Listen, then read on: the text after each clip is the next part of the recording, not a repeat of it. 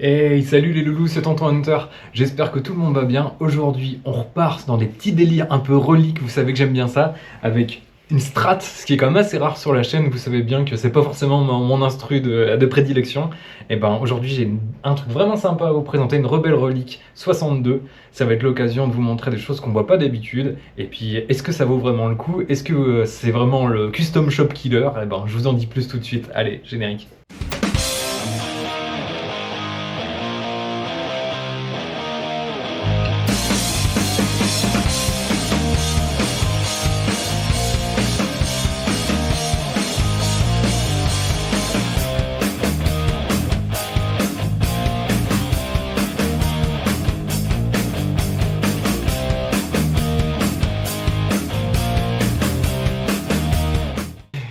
Et ouais les gars, vous savez bien que d'habitude je suis plutôt dans la team Les Paul, il faut avouer, mais j'ai quand même eu pas mal de strats à travers les années de mon âge vénérable, même si bon bah, c'est pas vraiment mon, comme je l'ai dit en intro, c'est pas vraiment mon truc de prédilection. Je commence seulement à comprendre les bienfaits de la strat, peut-être que c'est un truc de vieux, oh il l'a dit, ça y est, déchaînez-vous dans les commentaires, ça y est, Shadowban et tout là. Non, c'est vrai que bah déjà, je vous l'ai dit, je commence seulement à aimer les simples. Avant, j'étais convaincu que c'était pas assez, en tout cas pour mon jeu. Maintenant que j'ai pu en essayer des bons, de toute façon, vous allez voir, hein, il va y avoir l'ombre de quelqu'un sur toute cette vidéo, parce que évidemment, maintenant que j'ai un sensei de la strat, salut David, vous vous doutez que c'est l'ami d'Enzo pour avoir passé du temps avec lui, qui m'a montré qu'en fait les strats c'était bien. Bon bah maintenant je m'intéresse encore un petit peu plus, même si, comme je vous l'ai dit, j'en ai eu quelques-unes par le passé. Ça va nous permettre aussi de la resituer un peu dans le contexte et de vous la situer par rapport à ce que j'ai déjà vécu niveau des strats. J'ai déjà eu 2 custom shops de chez Thunder, donc ça nous permettra aussi de la situer par rapport à ça. J'ai déjà eu de la strat japonaise aussi des années 90, donc vraiment des trucs, je sais même pas si c'était pas fin des années 80, il faudrait que je retrouve. J'avais une Malmsteen en Aztec Gold qui était magnifique, je vous mettrai de toute façon des inserts, encore une fois pour vous montrer que même si je suis pas très strat, j'en ai quand même essayé quelques-unes, ce qui me permet quand même de pas dire trop d'âneries sur celui-là, même si évidemment ça arrivera parce que c'est un petit peu ce qu'on fait sur la chaîne, il faut dire ce qu'il est. Euh, donc j'avais beaucoup aimé parce que c'était une Malmsteen, c'était ma première avec une belle touche érable et évidemment la touche scalopée. Et pour la petite histoire, je l'avais fait revenir d'Honolulu, donc c'était assez marrant de choper une strat d'Hawaï comme ça. Donc c'était ma première strat, une belle Malmsteen Aztec Gold, vraiment très cool, une miche du coup. Euh, Pas une milf, hein, une mige, même si bon, quelque part c'est un petit peu ça aussi. Ça c'était ma première strat custom shop. Après j'ai eu, parce que j'ai un défaut, pour vous qui aimez les strats, j'ai un défaut, c'est pas présent sur celle-ci, mais j'adore les têtes CBS, donc j'adore les têtes années 70, les grosses têtes, je trouve ça super beau, donc il m'a fallu une Thunder Custom Shop de 69, et cette 69 a déjà la tête CBS, donc réissue du Custom Shop évidemment, hein, pas une vraiment de 69, sinon je n'aurais plus de maison pour avoir pu la payer. Donc voilà, c'est vraiment un truc que j'adore, les têtes CBS, je trouve que ça a vraiment de la gueule avec une touche érable, je trouve que c'est vraiment le combo. Il y a que ça qui peut me faire aimer les strats à l'heure actuelle, même si bon, comme je vous l'ai dit, je reviens un petit peu sur mes positions. Donc j'ai eu cette première strat et autant c'était du Sunburst aussi, de Freetone Sunburst comme assez souvent, et j'avais été super déçu pour être tout à fait honnête. Elle était tout ce qui est de plus legit, hein, j'avais les papiers etc, une vraie custom shop, et les micros je les trouve ultra faibles, pas trop de personnalité, ça sonnait plat, enfin vraiment super déçu. Je m'étais dit putain, si c'est ça le Thunder Custom Shop, ça valait 4005 quand c'est sorti, j'ai soufflé très fort quoi. Bon, j'ai récidivé quand même parce que plus tard j'ai eu l'opportunité d'avoir une autre strat. Je vous mettrai aussi des petits inserts si je la retrouve. La Heavy Relic en plus, vous savez que j'aime de plus en plus ce détail, on va dire, parce que c'est vrai que ça libère le jeu, je trouve. Ça te permet d'envoyer, de taper dedans sans dire oh la merde, j'ai une gratte à carte brique, si je l'esquinte, ça y est, je suis marié avec, et en plus bah, ça fait mal au cœur toujours de connaître ces instrus quoi. Donc le côté relique me permet un petit peu d'extérioriser un peu plus le rock'n'roll, tu vois. Euh, donc j'avais eu cette Heavy Relic assez cool, qui m'avait un petit peu réconcilié avec la marque, mais un peu sans plus. Elle avait un super son quand même, les micros étaient vachement mieux. Après, j'avais pas encore tellement accroché au profil du manche, etc. Donc j'étais un peu resté sur ma faim. C'était ma troisième strat et mon aventure stratoïdienne s'était un petit peu arrêtée là. Et j'ai eu l'opportunité de choper cette petite donzelle, donc une Rebelle Relique 62 S série, donc S pour strat évidemment, et 62 parce que chez Rebelle Relique, ils font un petit peu comme le Custom Shop, ils reprennent des années bien spécifiques de chez Thunder et de la légende, les légendes, et ils refont des specs vraiment d'époque, etc. Ils essaient de rester vraiment assez fidèles à ce qui se faisait et de faire des grattes et notamment des micros qui ont cette personnalité recherchée pour telle année. Donc là, on est sur une 62. On est donc sur un aulne rouge, un Red Adder, qui est assez chouette, avec un Freetone Sunburst et Black Over Freetone Sunburst, comme vous pouvez le voir. Je vous mettrai aussi les inserts, vous savez bien que les lumières du studio, c'est jamais incroyable. Le reliquage est vraiment, moi je trouve très convaincant. C'est quelque chose que, quand c'est mal fait, je trouve que ça se voit comme le nez au milieu de la figure. Et pour être tout à fait honnête, j'ai déjà vu des strats du Custom Shop Fender qui étaient dégueulasses, enfin, à mon goût en tout cas. Je sais qu'on doit dire non, j'aime pas. Mais bon, là c'était dégueulasse, alors il faut le dire. Et là, je trouve que vraiment le reliquage est vraiment très très chouette. Vous pouvez le voir, bien bien cool. C'est quelque chose que je trouve assez joli. On voit bien le Freetone, je vais essayer de le mettre à la caméra, je sais pas si vous le verrez ici, bon, ça se voit un petit peu. On voit les touches de Sunburst un petit peu là où le reliquage a été fait. Je trouve ça assez cool, assez bien impliqué. Donc Rebel Relic, c'est quoi? Donc c'est une marque qui vient de nos amis néerlandais, donc du pays du Gouda. Alors on trouve de tout sur le net. Comme vous savez bien qu'on joue carte sur table à chaque fois, j'ai trouvé de tout. J'ai trouvé des mecs qui ne juraient que par ça, qui en avaient même généralement plusieurs. Comme j'ai trouvé des mecs qui disaient waouh, c'est de la portcaster nulle. Alors c'est difficile de dire parce qu'en fait, il y a sur certains sites c'est marqué que c'est fabriqué intégralement en Hollande et sur certains sites c'est marqué non, c'est de la portcaster nulle, en plus c'est mal assemblé. Donc je sais pas s'il y a eu plusieurs périodes, s'il y a eu plusieurs luthiers qui se sont succédés ou pas. Franchement, j'en ai aucune idée. En plus, leur site est down en maintenance depuis plusieurs mois, donc j'ai pas pu trouver beaucoup d'infos. J'ai vu des tests très très cool, notamment, il faut le dire, j'ai vu un test il y a 7-8 ans sur Guitar Extreme qui est dispo sur YouTube, que j'ai trouvé très cool. Vraiment, on sentait qu'il y avait du mojo et ce qu'on attend d'une strat, donc quelque chose d'assez brillant, assez rond dans les graves, etc. Et c'est vraiment ce que j'ai retrouvé avec celle-ci. Donc, soit j'ai un bon exemplaire, soit tout ce qu'on peut trouver sur le net, c'est des faux. Oh, tu veux dire, tonton, qu'il y a des trucs sur internet, c'est noté, c'est pas la vérité. Waouh, fake news et tout. Bordel, Internet! Et ouais. Je suis désolé de vous, de vous apprendre ça, mais peut-être c'est moi qui suis dans l'erreur, on sait pas. Donc, j'ai voulu me faire mon opinion par moi-même, j'ai eu l'occasion d'en choper une, et je me suis dit que ça vous plairait parce qu'on avait discuté avec certains d'entre vous du reliquage, etc., puis des strats en général, et vous m'aviez aussi posé la question, pourquoi t'as pas souvent des strats? Bah voilà. Maintenant, avant j'étais ni croyant ni pratiquant, je commence à être croyant, et pratiquant, faut quand même pas déconner, bien que, encore une fois, on parlait de David tout à l'heure, à force d'être passé notamment au Paris Guitar Fest plusieurs jours avec ces magnifiques strats, et d'en avoir eu plusieurs dans les mains, il faut se rendre compte que quand c'est bien fait, c'est chouette quand même. Donc, où se situe cette bête?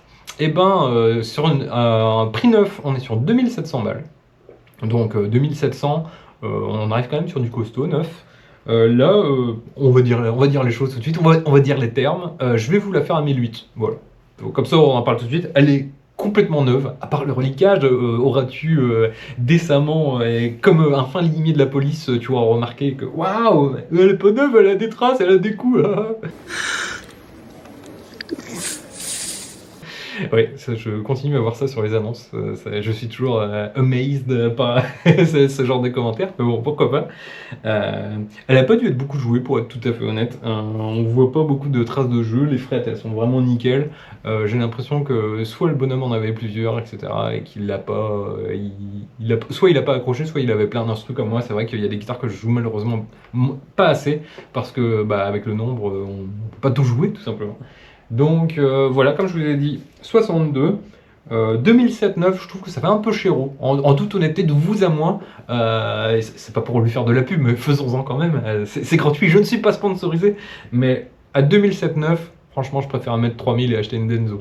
On va être clair, c'est encore à une petite année-lumière au-dessus, niveau finition, niveau justesse, niveau petit travail, vraiment du détail. Donc il n'y a pas photo. Franchement, en neuf, je pense qu'il n'y a pas match. Après d'occasion, Là, pour moi, c'est là où ça se situe. C'est pour ça aussi que je vous la propose à 1008. Je trouve que pour 1008, on n'a plus grand chose. Quand je vois les strats US de nos jours, de contemporaines, on est au-dessus, large, large. Et pour moi, euh, elle est du niveau des custom shops que j'ai eu et même un peu au-dessus parce que je trouve que les micros ont une meilleure personnalité. Je trouve que le brillant est là, on a vraiment le son caractéristique de la Strat. Et en même temps, ils sont un peu plus polyvalents que ce que j'ai pu avoir par le passé. C'est ce que je reprochais notamment à ma première custom shop, celle de 69. J'avais l'impression que c'était un one trick pony, quoi. On pouvait faire un truc avec et après on se faisait chier. Franchement, je trouve que c'était plat. La dynamique des micros, elle était à chier, je suis désolé.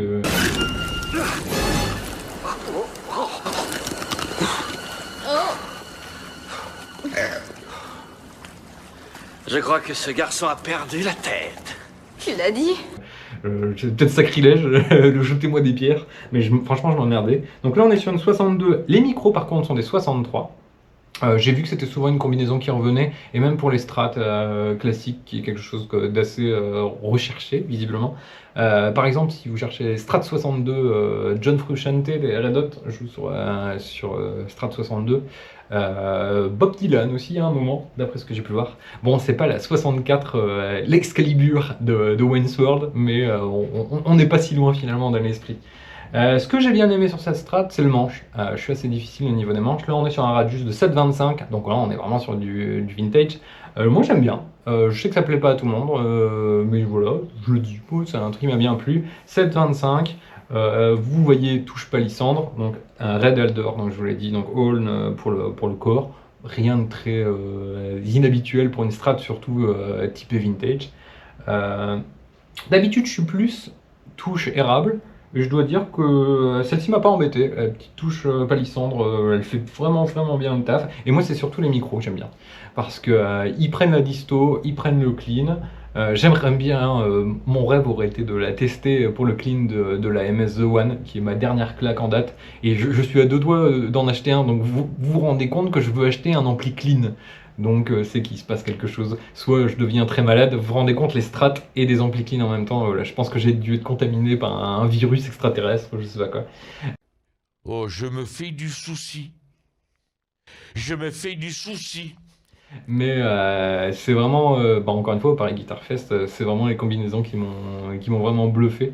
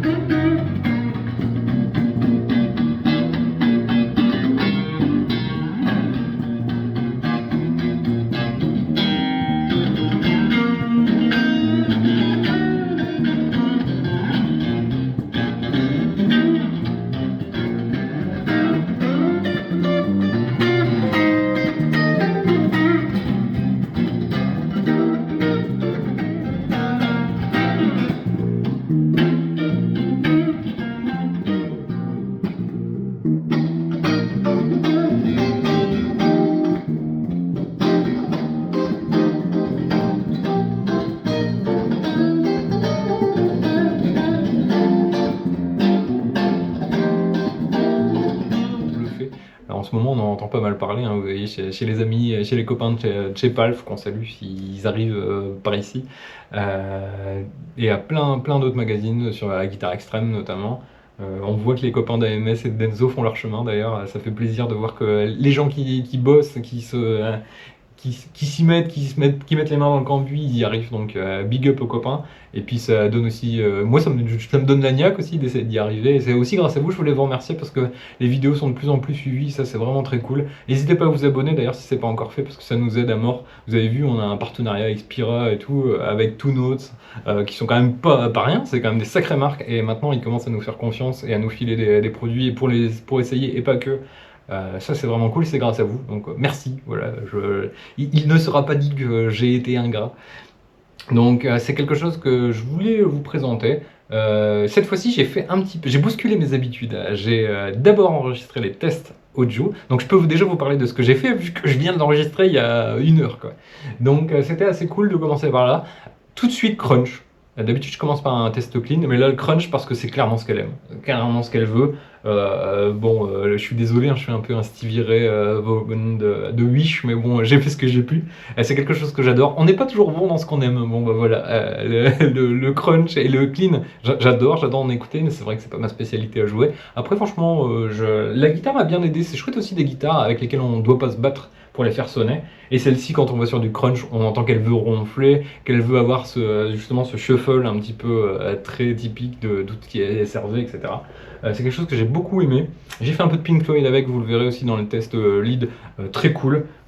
Celle-ci, clairement, hein, vous lui mettez un pickguard noir au lieu du pickguard blanc et vous avez une Black Strat Gilmour tranquillou à pas cher, même si évidemment vous aurez la touche Rosewood et pas la touche érable pour les plus ceux qui aiment les petits détails. C'est quelque chose que j'ai vraiment bien aimé. Les mécaniques vintage, je trouve que c'est pas toujours ce qui est le plus stable, mais là c'est correct, c'est ce qu'on trouve, je le dis franchement par rapport à ma custom shop, mes custom shop, même constat. C'est pas ce que je préfère, mais c'est joli et ça marche, ça fait le taf. Le petit vibrato qui va bien et qui tient bien. Franchement, ça par contre, je trouve que c'est mieux que les Fender que j'ai pu avoir. Même si, encore une fois, vous allez dire que je parle beaucoup de lui, mais le nouveau système de Denso qui fait qu'on peut le mettre et qui reste vraiment en place, c'est quelque chose qui, je trouve, une innovation qui pour le coup sert un peu. Là, il est assez serrant niveau vibrato, ce qui fait que j'ai pas eu non plus à le balader à pas savoir où il était. Donc je trouve que sur ce modèle-là, c'était vraiment pas mal. Le petit pickguard blanc qui va bien. Et je trouve que le petit sunburst qui est vraiment très discret, ça fait vraiment le taf et ça fait vraiment le petit détail cool. Je trouve que ça va très bien au reliquage. En plus, il est marqué. Donc, je pense qu'on peut dire quand même heavy parce qu'on a quand même des gros trucs, mais c'est pas non plus le heavy où tu as l'impression qu'il a été traîné derrière une remorque, quoi.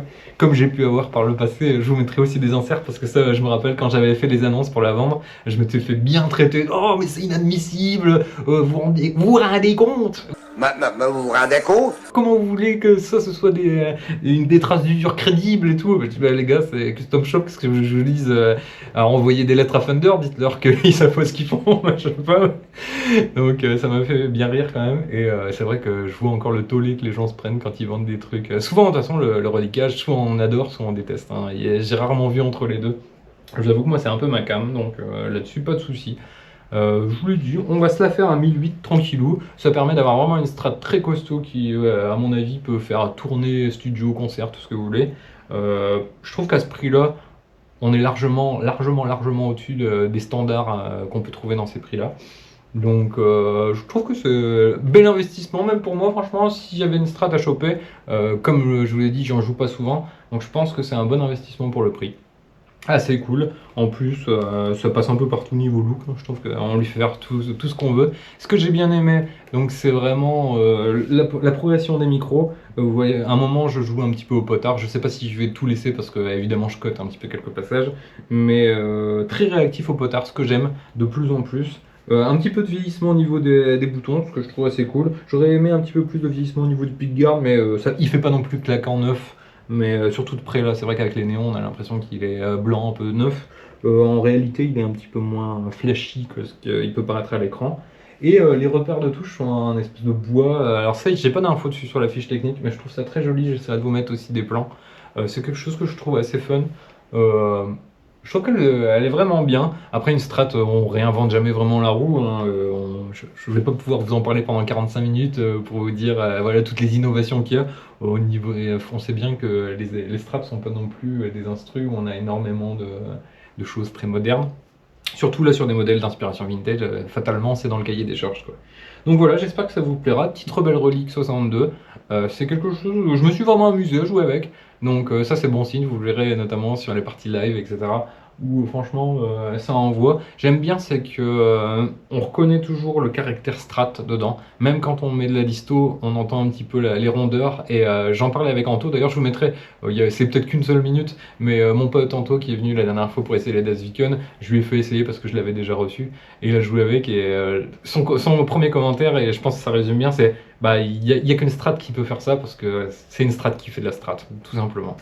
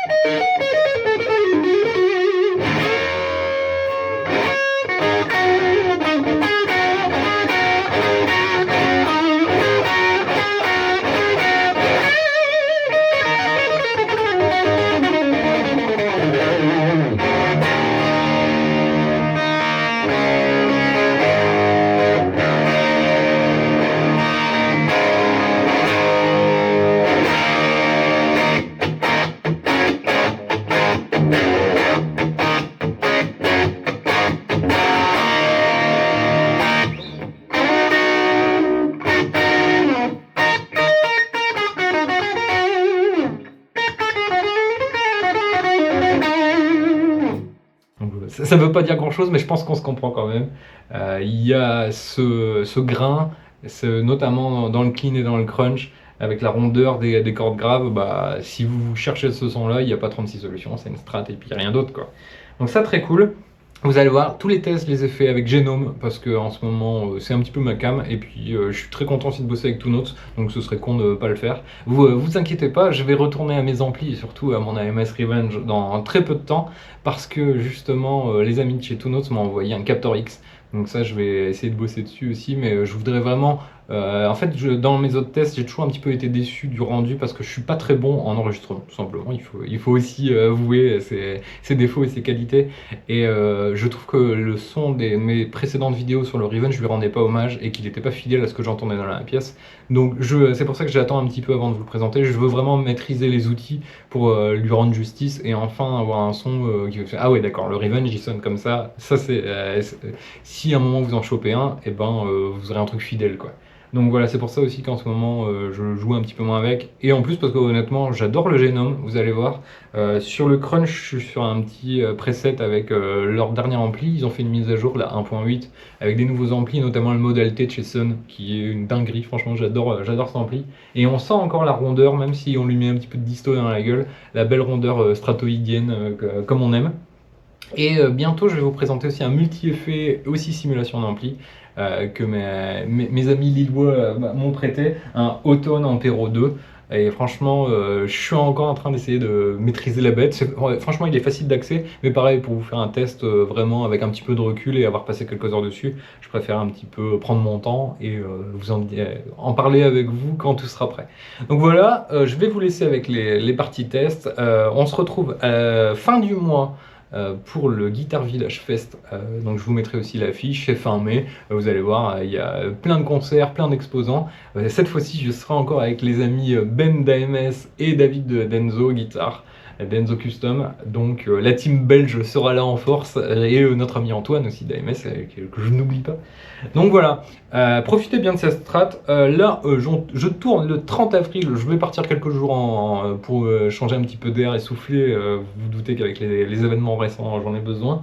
Mais dès lundi, sans souci, vous me contactez. On voit si vous voulez venir faire un essai à la maison, si elle vous intéresse, si vous voulez des photos, des vidéos en plus, vous n'hésitez pas. Et puis on se trouve un petit deal. Voilà. J'aimerais qu'elle trouve une petite maison où elle sera aimée et bichonnée. Ou alors qu'elle prendra des gros pains dans la gueule, on ne sait pas. Donc voilà. Merci encore de nous avoir suivis.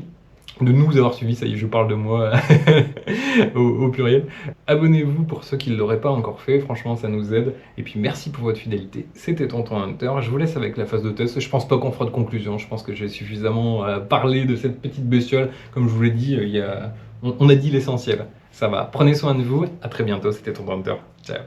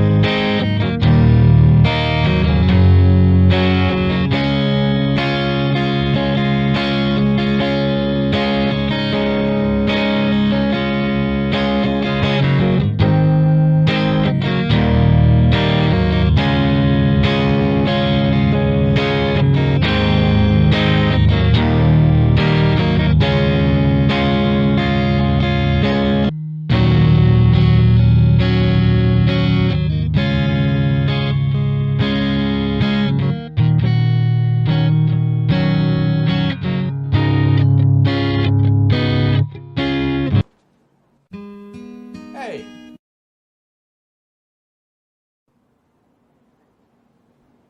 No stairway. Denied.